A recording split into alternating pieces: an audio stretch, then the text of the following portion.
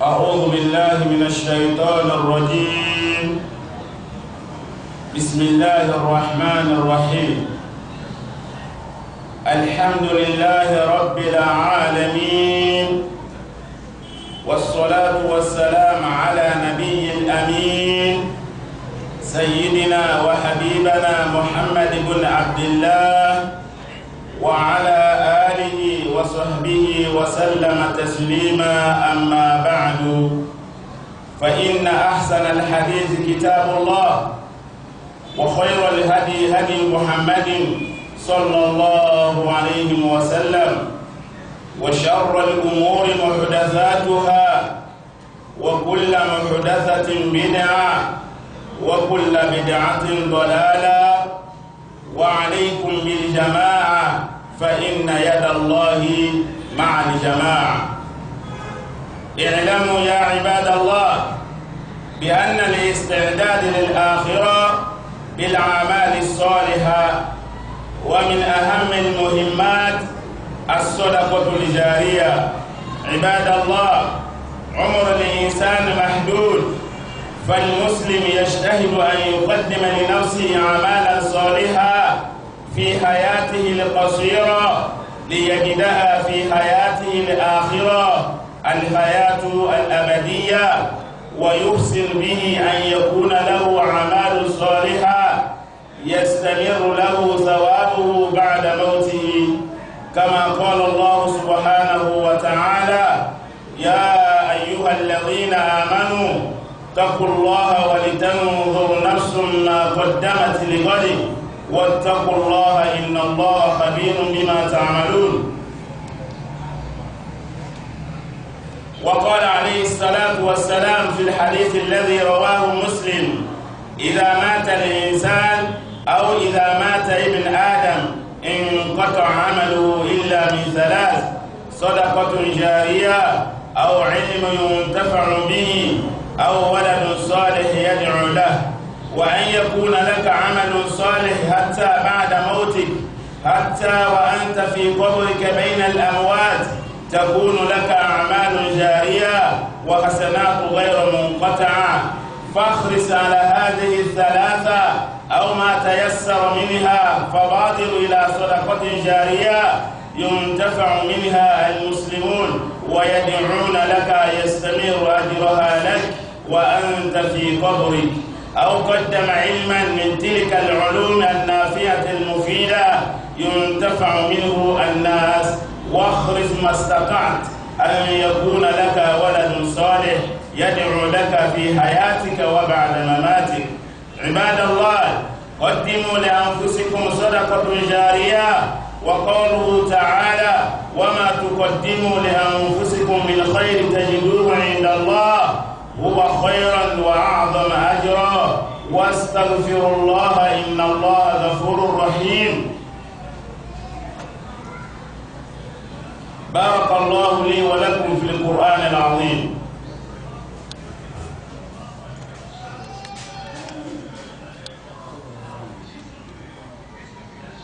الحمد لله، والصلاة والسلام على رسول الله. عباد الله، فضل المبادرة بالصدقة جارية. قال الله تعالى: وأنفقوا مما رزقناكم من قبل أن يأتي أحدكم الموت. وأنفقوا مما رزقناكم من قبل أن يأتي أحدكم الموت فيقول رب لولا أخرتني إلى أجل قريب فأصدق وأكن من الصالحين ولن يؤخر الله نفسا إذا جاء أجلها والله خبير بما تعملون. وعن حارثة بن وهب رضي الله عنه قال: سمعت النبي صلى الله عليه وسلم: تصدقوا فإنه يأتي عليكم زمان يمشي الرجل بصدقته فلا يجد من يقبلها، يقول الرجل لو جئت بها بالأمس لقبلتها، فأما اليوم فلا حاجة لي بها. متفق عليه. وقال الله سبحانه وتعالى: يا أيها الذين آمنوا أنفقوا مما رزقناكم من قبل أن يأتي يوم لا بيع فيه ولا خلة ولا شفاعة والكافرون هم الظالمون. وقال عليه الصلاة والسلام إن صدقة لم تقع في يد الرحمن قبل أن تقع في يد السائل. وعن أبي هريرة رضي الله عنه قال قال رسول الله صلى الله عليه وسلم ما من يوم يصبح العباد فيه إلا ملكان ينزلان فيقول أحدهما اللهم آت منفقا خلفا ويقول الآخر اللهم آت ممسكا تلفا ويقول المصطفى صلى الله عليه وسلم يقول من آدم مالي وليس لك من مالك إلا ما أكلت فأفنيت أو لبست فأبليت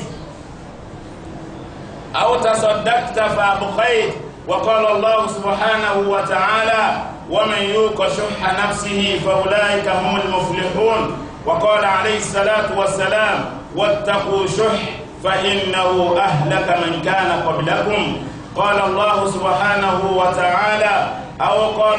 قال رسول الله صلى الله عليه وسلم لا يرحم الله من لا يرحم الناس.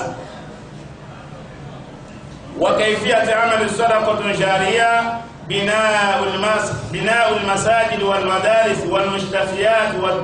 والدور تحفيظ القرآن الكريم. غرس الأشجار فكل من أكل منها أو استظلها يحصل الثواب والأجر للذي زرعها.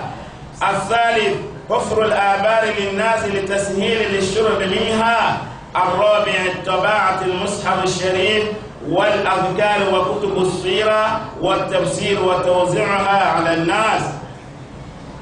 الخامس تعليم الأطفال السور القصيرة من القرآن العظيم. السادس التكفل بنفقات والدراسة طلاب العلم. السابع تربية الأبناء على الأخلاق الحسنة وحفظ القرآن والصلاة والدعاء ليدعو للوالدين في حياته ومماته. التبرع ببرادات المياه وتركيبها في المساجد والمدارس وغيرها من الأماكن.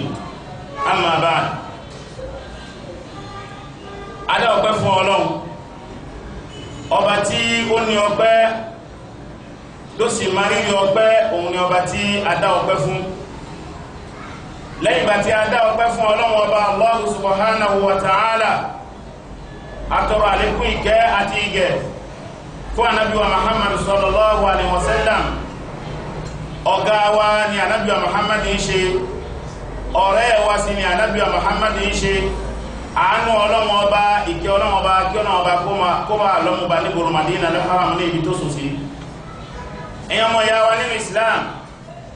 a rí wípé èyí tí fi ń dájú nínú ọ̀rọ̀ òun náà ni ọ̀rọ̀ Ọlọ́run, èyí tí sì fi ń dájú nínú ìmànà òun náà ni ìmànà tí Ànábì Muhammad sallallahu alaihi wasallam tó fi èmi àti rẹ̀ sí. Èyí tí sì wá ń burú jù nínú ìlànà òun náà ni àwọn èyí tí wọ́n dálẹ̀ tí kìí ṣe wípé látọwọ́ Ànábì Muhammad sallallahu alaihi wasallam ni ó ti wá. Gbogbo èyí tí wọ́n bá sì wá dálẹ̀ yìí kálọ̀ gbàdájú wípé àdádálẹ̀ ni. Gbogbo tí sì ń jẹ́ àdádálẹ̀ ọ̀nà ànù ni. Gbogbo tí ń jẹ́ àdádálẹ̀ lẹ́ẹ̀kan sí ọ̀nà ànù ni. Ó sì wá dọwọ́ ẹ̀mí pẹ̀lú rẹ láti máa wà pẹ̀lú tí ń jẹ́ jàmáà, nítorí dájúdájú ọwọ́ Ọlọ́run ọba a máa bẹ pẹ̀lú àwọn ní tí wọ́n bá ń kóra wọn pọ̀. Ẹ̀yin ẹrúsìn Ọlọ́run ọba wá lọ́jẹ́ ká máa wípé dájúdájú ká máa pèsè àwọn nǹkan kan fún alìkìyàmà tó ṣe wípé èmi àti rẹ tá padà lọ níjọ́ kan. Àwọn kí ni àwọn nǹkan tá a fẹ́ máa pèsè yìí? Òun náà ni kútùbà náà máa dádúró lórí tí a mà ní ìtọrẹ àánú tá a mà ní sàárà ṣíṣe. Ìmá ṣe sàárà yìí inú ìgbìyànjú ló wà nínú iṣẹ́ ládá tọ́mọ ẹ̀dẹ́ ènìyàn gbọ́dọ̀ máa ṣe fún ọjọ́ kẹyìn. Àwọn èyí tó ṣe wípé ìfi ń jẹ́ èyí tó pàtàkì nínú àwọn ìmá ṣe ìtọrẹ àánú òun náà ni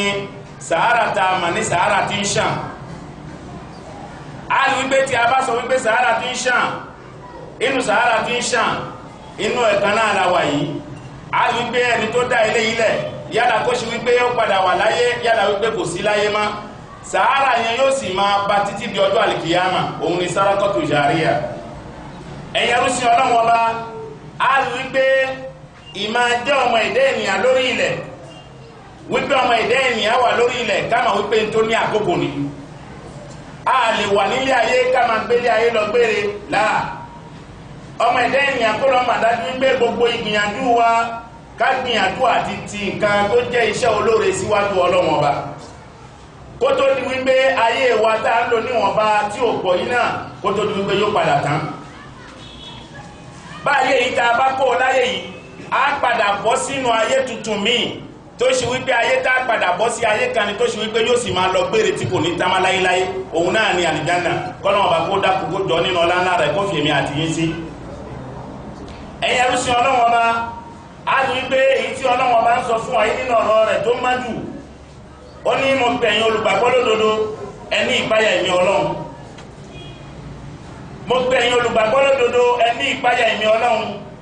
Kí ẹ̀mí kọ̀ọ̀kan kó sì ronú sí títì síwájú fún ọjọ́ ọ̀la. Ẹ̀yin ẹrúsìn Ọlọ́run, èyí tá ń tì síwájú fún ọjọ́ ọ̀la àwa náà mà. Tó bá jẹ́ ire ló bá ń tì ní máa ṣe nìṣó, tó bá sì jẹ́ wípé ọ̀kan yòókù náà ni máa tì nìṣó.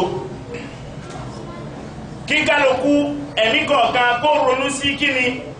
iṣẹ́ tí ń tì síwájú Ọlọ́run ọba. Gbogbo ń tà ń tì síwájú dáadáa la bá ń tì síwájú Ọlọ́run ọba ni àwa náà mà. Nǹkan yòókù náà ni àwa náà mà. Ọlọ́run ní àwa ní ìpáyà èmi Ọlọ́run ọba o. Dájúdájú èmi Ọlọ́run ọba, èmi náà ni ọba tí yóò padà máa fún yín ní ìró gbogbo tí ẹgbẹ́lé ayé ṣe. Ẹ̀yin arúsìn Ọlọ́run ọba, nínú ẹgbà wa tá a mà ní Muslim nínú hadith tí wọ́n gbà wá láti ọ̀dọ̀ Ànábì Muhammad sallallahu alayhi wa sallam, ó ní tí ọmọ ẹ̀dá ènìyàn tí ó bá kúrò láyé, nǹkan mẹ́ta náà ni yóò máa ṣẹ́kù fún. Àkọ́kọ́ nínú tí ó máa ṣẹ́kù fún òun náà ni sàárà tí ń ṣàtà dárúkọ lẹ́ẹ̀kan ni, àbí kó jẹ́ olùmọ̀kan nínú àwọn ìmọ̀ tó láǹfààní tí èèyàn ń kọ́ láyé. Yálà kó ṣe wípé olùkọ́ni ní nǹkan ni tàbí olùkọ́ṣẹ́ ọwọ́ kan ni. Gbogbo àwọn ọmọ tó gbọ́dọ̀ rẹ ó ṣe dáadáa pẹ̀lú wọn lẹ́yìn ìgbà tí wọ́n ò bá sí láyé má. Gbogbo ohun tó kọ́ wọn ní táwọn bá ń padà ń lò ládàá rẹ̀ yóò máa wá bá ọ. Àbí wípé lẹ́yìn ìgbà tó ò sí láyé má, ó fọ ọmọ rẹ̀ ká sílẹ̀, àwọn ọmọ yóò máa padà bí Ọlọ́run ọba fún ọ lẹ́yìn ìgbà tó ò sí láyé má. Ládàá ilé yóò sì máa bá ọ. Ẹ̀yin ẹrúsìn Ọlọ́run ọba, Al-Qur'ani tún sọ fún wa wípé gbogbo tí a bá fi ẹ̀mí wa fi tì síwájú Ọlọ́run ọba nínú oore, á padà bá níwájú Ọlọ́run ọba léyìí tí fi ń lóore, léyìí tí fi ń lẹ́san. Ká sì tọrọ àforíjì, ká wá àforíjì lọ́dọ̀ Ọlọ́run ọba náà, nítorí wípé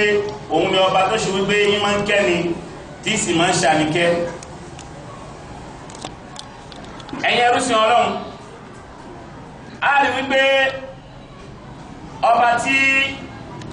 ó ń bá wa sọ̀rọ̀ nínú Al-Qur'an al-Karim,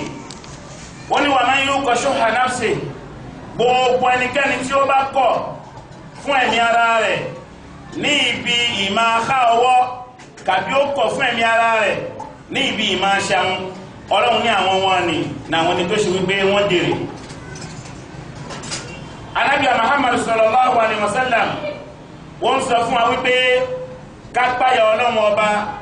bẹ́ẹ̀ sì ni kápáyà ìmá ṣàwọn,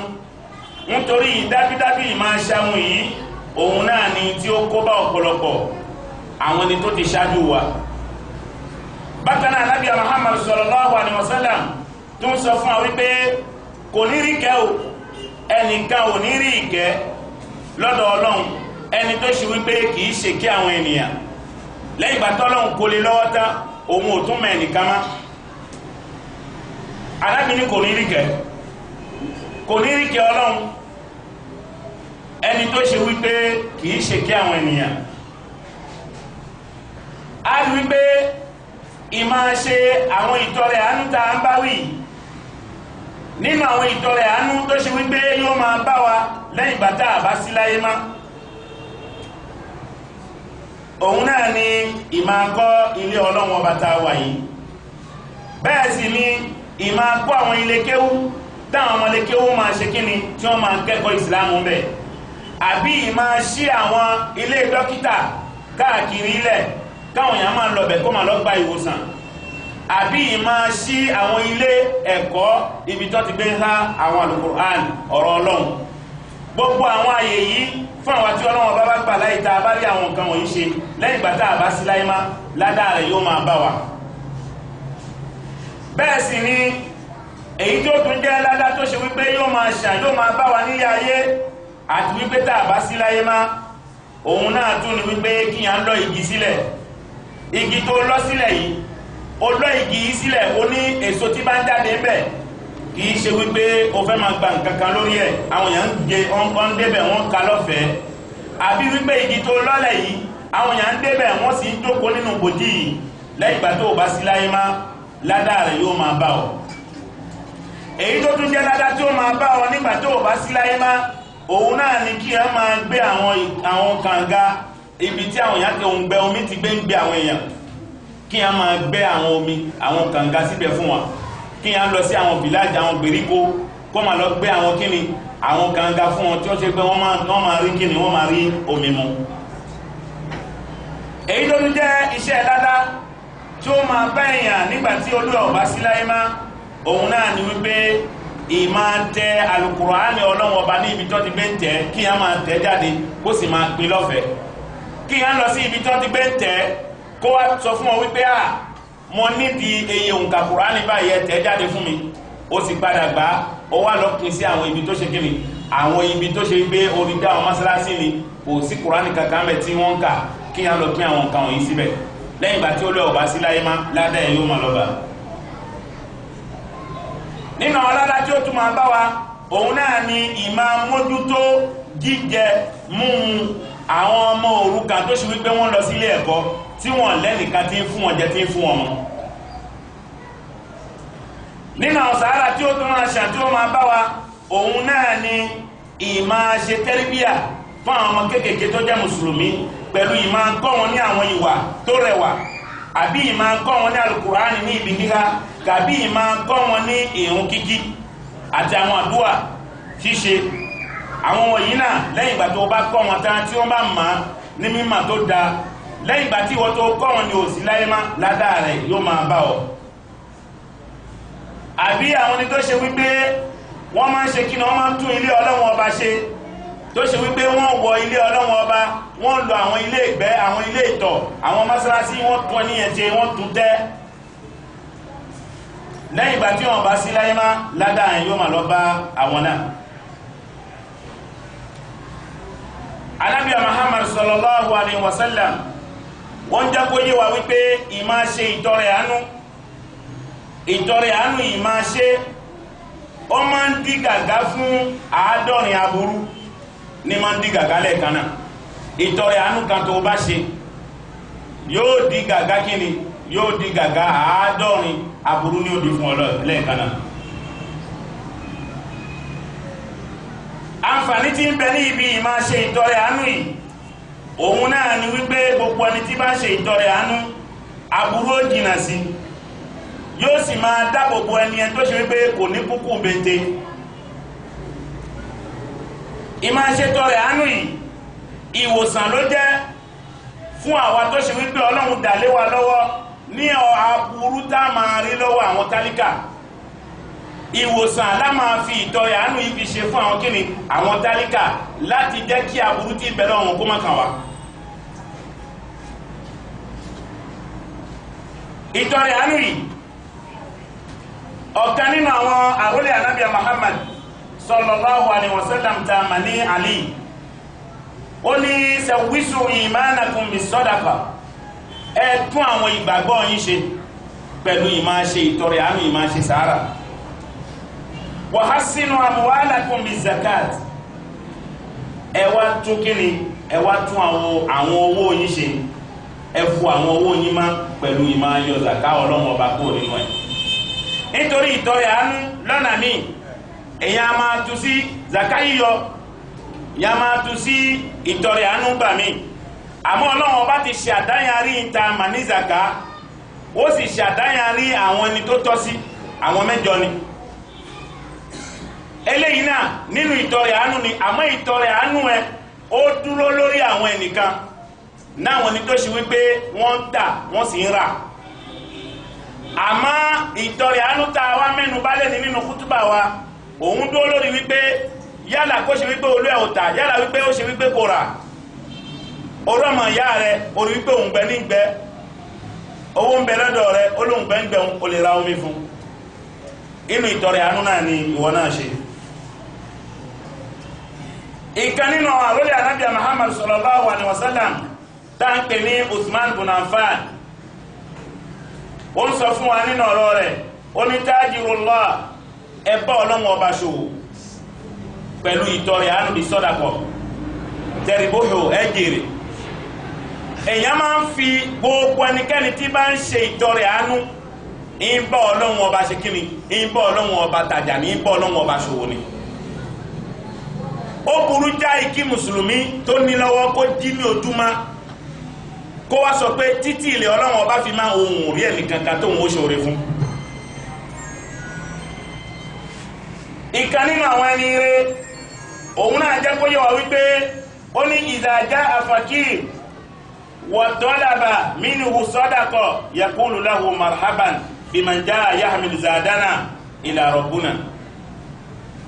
ìkan nínú àwọn ẹni rẹ̀ ó ní tí àwọn aláìní tí wọ́n bá yọjú tó bá wá sọ́dọ̀ tàwọn àwọn máa ń sọ fún wọn wípé ẹ máa wọlé ẹ máa rọra fún ẹ̀yin tó ṣe wípé ẹ wá láti wá gba èyí tí fi ń dáa jù nínú dúkìá wa lọ́sọ̀dọ̀ Ọlọ́run. tàbá gbọ́ àlàyé bẹ̀rẹ̀ àdá á rí wípé àwọn onítọrẹ àánú ní sí tó máa wá sọ́dọ̀ tiwa lẹ́yìn ọ̀rọ̀ sísọ àti ọ̀rọ̀ kọ́rọ̀ láàsọ fún wọn kó tó di wípé á fún wọn ní nǹkan ṣe a rí wípé ńgbà tá a fún wọn ní nǹkan yẹn lẹ́yìn ìgbà tá a sọ̀rọ̀ kọ́rọ̀ yẹn kó tó di wípé á fún wọn nǹkan yẹn ò padà wúlò mọ́ torí Al-Qur'ani sọ wípé qawlun ma'ruf wa maghfiratun yatba'uha adha gbólóhùn dáadáa pẹ̀lú àforíjì ó lóore ju ìtọrẹ àánú tá a ṣe tá a wá fi kíni tá a wá fi ìrègùn fi tì í lọ.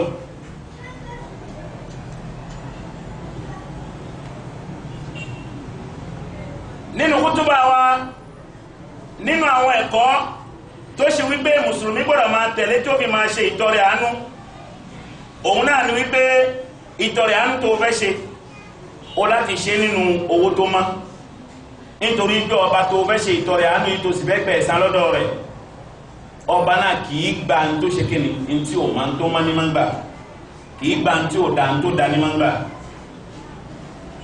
nínú àwọn ẹ̀kọ́ tá a tẹ̀lé tó fi di wípé ìtọrẹ àánú wa yóò fi jẹ́ kíni yóò fi jẹ́ àtẹ́wọ́gbà lọ́dọ̀ Ọlọ́run òun náà ni wípé èyí tó dáa jù nínú owó ìbá jẹ́ kónú jẹ́ kí kónú náà jẹ́ kó dà kó má jẹ́ àwọn owó tí ó lọ àwọn èèyàn ti máa ń ṣe àwọn owó tó lọ kalẹ̀ láti fi ṣe tọrẹ àánú ẹ̀yọ́ mọ́ mi èyí tí ò da yẹn ẹ̀yọ́ kúrò ẹ̀kọ́ kalẹ̀ àwọn oníbàárà tí bá ń kọjá yẹn tó má ti wá ẹ máa mú fún ọ lọ́yọ̀ kọ̀ọ̀kan mi ò lè ṣe wàhálà kí n tún máa náwó tí ò da àwọn tí ò bá mi ṣe wàhálà yẹn ni kó máa náwó tí ò da. nínú àwọn ẹ̀kọ́ òun náà ni wípé nígbà tá a bá fẹ́ fún aláìní ní owó ká fún pẹ̀lú kíni pẹ̀lú ẹ̀rín àti ojú tó rẹwà tá a bá fún pẹ̀lú ẹ̀rín àti ojú tó rẹwà ká sì jẹ́ kí gbólóhùn dáadáa kó máa tẹnu wa jáde ká fi máa fún ní nǹkan yìí. nínú àwọn ẹ̀kọ́ tá a tún tẹ̀lé tá a fi fún àwọn aláìní ní sàárà wa tó ṣe wípé a padà wá retí ẹ̀ tá a sì gbà níwájú Ọlọ́run òun náà ni wípé kíyàn máa ṣàpáǹtẹ̀tẹ̀ kíyàn máa ṣe kíni àyùsáàrí wọn bí sọ̀dàkọ́tì fi hálì hayatihi kíyàn máa ṣàpáǹtẹ̀tẹ̀ àti máa ṣe sàárà nítorí àká nínú kútùbà alẹ́ kan wípé anábíà Muhammad sallallahu alaihi wasallam ó ní ọmọ ẹ̀dá ènìyàn yóò máa pariwo owó mi owó rẹ̀ náà ló ń pariwo okó níbí ó lọ sí kíni ó lọ sí Ghana owó rẹ̀ náà ló ń pariwo okó níbí ó lọ sí Èkó owó rẹ̀ náà ló ń pariwo ó lọ sí Dubai owó rẹ̀ náà ló ń pariwo ó lọ sí China owó rẹ̀ náà ló ń pariwo ó lọ sí Amẹ́ríkà ó sàn káàkiri owó mi tó sì ṣe wípé gbogbo èyí tó ń lé káàkiri ni kì í ṣòwò rẹ̀ èyí tó jẹ sínú tó yàgbẹ́ òun lówó rẹ̀ èyí tó wọ̀ nínú aṣọ tó gbómọ ẹ lọ́rùn tó sì sọ́dí àkísà lójú ayé rẹ̀ òun lówó rẹ̀ èyí tó wá fi tọrẹ òun ni èyí tí kí ni o fẹ́ lọ dé bá níwájú Ọlọ́run kí kálukú kó àrùn mélòó la fi ń tọrẹ àfogún kọ́ ọmọ mi ó tó dogun ẹ̀mí náà mi ń jọgbọ̀n tí ìwọ bá ń sọ pé àfọmọ náà dákun kádàrá tí àwọn ọmọ náà gbé wá ń bo náà wọ́n fẹ́ lọ sí nítorí ọmọ mi yóò ní owó ju bàbá ẹ lọ látọjú ayé rẹ ni kò ti ṣiṣẹ́ sàárà tí ó máa ṣà tí ó máa bẹ́ẹ̀ ronú sí Al-Qur'ani sọ fún wa wípé yá àyíwá alladhina amanu wọ́n gbẹ̀yìn olùgbàgbọ́ lódodo ẹ má bà àwọn sàárà yín jẹ́ àwọn àtìsíwájú Ọlọ́run ọba nínú àwọn iṣẹ́ olóore tẹ́ ṣe ẹ má bàjẹ́ pẹ̀lú kíni pẹ̀lú ìrègùn àti ìwà tí ó dá báwo la ṣe ń bàjẹ́ gbà ó ti mà pé lágbájá ó fẹ́ wá gbà nǹkan báyìí lọ́dọ̀ mi nínú sàárà mi nígbà tó ń gbé wọn ní ẹ̀sà àgbà wàhálà yín pọ̀ fóònù tẹ̀fí ń pè mí gan-an ó ti pọ̀ jù ní tó wá fún náà kò ní ládámà ní tó sì fún ni òun bẹ́ẹ̀ gbé ẹrù òun bẹ́ẹ̀ mú ẹrù dání nílé ayé ni ẹrù ní bẹ́ẹ̀ gbé ẹrù tí ó padà sọ́ọ̀lẹ̀ níwájú rẹ̀ tí wọn náà máa sọ pé ń bá mà ní ìwọ ni ìbá kó gbogbo owó mi fún ìwọ ni ìbá ṣe oore náà fún jù mi dápé náà mọ̀ ò nígbà bí ó kàfùkàfù náà mi abẹ́ Prophet Muhammad sallallahu alayhi wa sallam mi abẹ́ kútùbà ẹgbẹ̀tọ́ a ẹlẹ́kùndó lókè ìtọ́nà sàdákà ẹgbẹ̀bà lẹ́kùndó sàdákà wọ̀wọ́ lè mi abẹ́ ìsẹ́mẹ̀ ke mi abẹ́ Prophet Muhammad sallallahu alayhi wa sallam sọ́dà lẹ́nà mi a inú gán bí báyìí sàdákà wọ̀wọ́ múyí bẹ́ àmẹ́kẹ̀ òlé wọ̀nà múyí bẹ́ òlé wọ̀nà yóò nínú ìdọ́ òkè òlábá pọ̀ lè máa bọ́ a ẹ̀yà òlé bọ̀ tàdé bọ́ sí bẹ̀mí àkè wọ̀nà yẹ́sì ọkọ̀ mi ní òlé jọ yẹ́sì káká ní bá sùn ní bá tó gàmẹ̀ pọ̀ a ọlágbọ̀n ní a wọ́n máa ẹgbẹ́ ọ̀bọ̀ yìí lọ́gà ẹ̀ náà mi nẹ̀nẹ́ kó òlábá lọ́ lè máa bọ́ gbèrè ká sọ́dáka ọ̀wá agbẹ́ ọmọ ké ó lé a ó lé dù ó lé nù a ó lé yì ó lé bọ̀ a sádàkà dé ó lè le sadaka o to mi oyin mi eto na sadaka tu jariya sadaka ayi sadaka ti olawo olano ko ebe nyede le hehiame mi o troba do ma o gbo la troba ko gande le ma o gbo o eto na sadaka jariya ide yi obligatoire mi do lawe agbeke me mi le fifia agbea edo limit gbọ̀ngbọ̀n kẹ́ lè mi asia amẹ́díkà de ká xɔ ebe epe le gbọ̀ngbọ̀n gbọ́ le ma wo gbọ́ ké ŋgbɔ eba amẹ́dɛwo le wɔwɔ la nɔ gbɔn bɛ o kpɔtɔ gbé ala nyi kaka yobo de ntrɔ gbɔ ntrɔ ba kpɔe amewo le mudo 2 ans mudo 3 ans wo le ku mɛ sadaka kemi le gbɔn agbɔ wo la wɔ le ké ŋgbɔ la ní o mu wɛ dabi awo ma kpɛ lo ní ma wo bá wɔ na o bɛ galasi o o le pɔlu ko o bɛ o le yi o le gbɔ o le nyɔ de sante le ní pepe le o mu wɔ sadaka jariya to wa e kɔtɔ bi le ma o bɔ sadaka tu jariya e bɛ tɔ enu gande ba yin mi do la le benɛ la gbɛn mɛ o do la o sadaka tu jariya ma wo le gbɔna mi le e bɛ kuran ne bɛ mi la gbɔn ma o mu yi fɔnfɔn ke yin bɛ mi la nɔ do gbedagba lo o la fún ma o le nukɛ o la ko mɛ o la fún ma o ni o le afi de kpekpe emu de kpekpe di o do la fún ma o ma o bɛ amɛdeka de ka ni nɔ sɔ nuku awo gbɔngbɔn deka ni nɔ sɔ ebe nuku nɔ kpɔ nuke le sɔ da de ma o bɛ nukua enua enu nyuie de yin a awo mu inu nyuie de o enu ko le wɔle ŋgbodo mɛ ni o kpɔ alufawo o nya bi alufawo la pɔ nbodo ŋuti o la wɔ sahara gã le alufawo bɛ nuku mɛ ya mi ayi wɔ na sahara ŋutɔ lo ni o ba yi ŋgbodo la gbɔ ɔ ni mu nya alufawo yi la ba nu pɔnpɔn na mɛ nya yɛ ma tɛ wɔ nɛnɛ lo yan ti wɔ nɛnɛ amewo ke ba le kpɔ o le aho mi ade leke o le wɔ kudo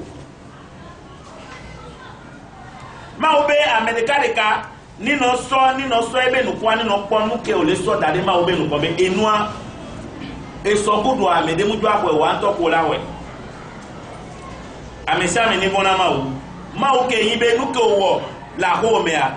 les indomea amede mpo o eke owo le heria me eke owo le amesame be nukuma ma o akwe la ba na onua enua de ke la de pepe bo me na o eke be eke mu be ma o la de pepe bo me na o mi abe prophet Muhammad sallallahu alaihi wasallam obe ni agbeto kuwa enu ameton ila potone ni kuwa ebe ni pepe kelewa enu apeke wa ila tote enu tutuba ke ila potone a e ayin be sadaqatu sharia sigbe mosque ke mi le fia muya me de we daria ameke wo me mosque adaria ela teno agbo ela te ku ela no kwa ebe la dala agbe ame ni tro kuwa la da o la tro no yine subori ao alfa onya ole pla de vieux noir ole hehia mia olano webe olano ko ebe lada ni ma ugbo ni o troba kwa ma ola tro so ebe lada na ao les vieux que ole dimia e vieux que on alhamdulillah mashallah tabarakallah wa que on makaranta wa que on school de vieux high school yende de vieux se oma de vieux high se que ndegbe pele ni o mu la gbe a de vieux la no plombe a eto yan ma o poto yen la ma o se dal nyana la parce que e vieux a eva yinu ko wo dare le kiyame ni o pla de vieux nyo dia ni o mu le jan de vieux la no ko la no do wa o do dana o le mi ade khutuba me a ma o be bonbon de ka ke ni be nu ke mi an to mi so mi abalo sodo tutu do ma o be nu ko a le nyo ede me a mi la po ele ma o bolo o wa eba yin ki eba yin ko eba nya aleke onu ko aleke lolo nyode le ma o bo ma o le gbona mi be sadaqatu sharia mi la we le hehia me ken boy mi la ba dogo mi ma o wa inde wa anfikum mi maradakinakum min qabl an yati ahadakum al maut ma ube mi wonyode le enyabe ariziki ke sona mi le hehia mi wonyodo le me parce ame oke do ariziki ya ma ube ariziki muya medeto ame ke ma uso ena ma umuibe wa edonde lewo ewu mi apote o ma upo ebe era ile kodaru me khoe ma wale gnombe wo le nuka wa ariziki ke sona wa wonuka wo sadaka jari abi dole me kengbo olaba po yen mawo kengbo olaba oluka olaba po yen mawo ni o mu we ani o ba po yen mawo olaba no gbon be nuka o mawo ni o dati mi vire boya eyan ma wo sadaka gbogbore ma ba nu ameyon de o do me le gbo mawo ba le gbon na me be wala yu akhiru allah nafsan idha jaa ajalha ni amede gbegbe game ba supo a ma obe o emi ma to datilo ni ebe game supo a emi ma wo emi la onu ka o emi la wo ma o ko ela ba no nami enuke mi wole heya mi a ma o ko ela ba no de go nami mi abe prophet bi ame o ke so na sahaba ke no kudo ele gbon ya nami be mi abe prophet Muhammad sallallahu alaihi wasallam de kunami be mini no wo sadaka ke mila no wo ya e gade la ba do mila ba pok nuka o ni ehun leke ezan le toa ehun de kala ba ke mila ba po amede o la wa le sadaka wa be sadaka leke bi an le ti ameke ma sona la ame ola ba no gunne be o sadaka ke o le lo fifi abe o le ti ame ko la so ni be so ke ba ya o so e ba mi la ko le gbo me gbe a mi ma te ko e ya ni be game ke no e je be o la we a wele game ame de o le fifi ramadan la ba yan be mi le je mi la o sadaka lo ame o ke le dinwa ga ke me le dia o ma we na o e la va dépasser ame ola ba popo su gbo ke ngbo la ba lo e ba ni o lo e ba tan ola ba no pono asigbe ndudu nyode ke la ho me na ola dati kaka ndudu ayla no ble ke ngola ba no lo eto sigba me oke sana le ke mbebe no ay perime la si me ola ba ifunu ola ba ple popo ola gbon be o Ramadan a mi la le di la da subola la nunke wa to la te du ke nyona wa e ya ko la so do sala kana me sami amala bana kwa be ni so ke ba ya o so e ba mi la ho ama egbe ayun ke egbe a mi ma te ho mi abe prophet Muhammad sallallahu alaihi wasallam ele gbona mi be mi le gbo sadaka be yan ke mi le gbon ya la takon fi yadi rahman qabla an takon fi yadi sahib sadaka ke wa o le sona ame o kele bi o sadaka onya be ma o ba lo me sadaka le do ke gbe le do ame kele bi o wa wallahi ame sa me mu jesi ro ni ame sa me jesi ame sa me la no fona sadaka ke mi le wo sadaka ke o le wa ke ngbo ame ke o le so e na ke ngbo e la ho ya ma o ba lo me le ke o le so e do ke ngbo ame ala ho le gbo me o ma te ke minya ne ni anu ke timi ba le sonu ke munyoa so le o sadaka o abo ke wa o ma te doa e ya o le so do o sadaka indudu ke o ma te doa e ya o le so do o sadaka ehun ke o ma te san o e ya o le so do o sadaka e mo ke gbe la siwa e ya ko le so do o sadaka amede mu do an ko e be fe tutu o de e wa an to po la ba ko e ni o ba do ma o ma o la gbon be ariziki ke so na o le he ya mi ariziki asubo yi isubo to wa to nya be subo ni ariziki ame kenken wa ehun ke gble le gbo apo so do sadaka e ai le funu e mo ke gble apo so do sadaka e ai le funu e ndudu ke e vi okuro wa nto esun o ma te dua e ai o le so do sadaka e le funu o la ba ko e ke o da si da le he ame amu tori ame buton yi mi abe prophet Muhammad sallallahu alaihi wasallam ele gbona mi be ehun de ma te ken le hehe ke mi le zaya mea ezala no do ngula no ke e unde kava kelekia maula no so ebe malaika amefe do danami le ainbaji malaika tudugba ewa edo duwa ude la no wo duwa wa ela no gbon be amesi ameke yin be ele na me odu ni ame o le ti ndia ni eldo kwa isona na me o kuro nuku kenyo amea ebi arizikia nino jejilo ebi arizikia nino subolo malaika obe amina ni malaika ni owo duan wa nya agbeto owo duan wa malaika wa gun na be amina nya be aduan wa ma wo ebo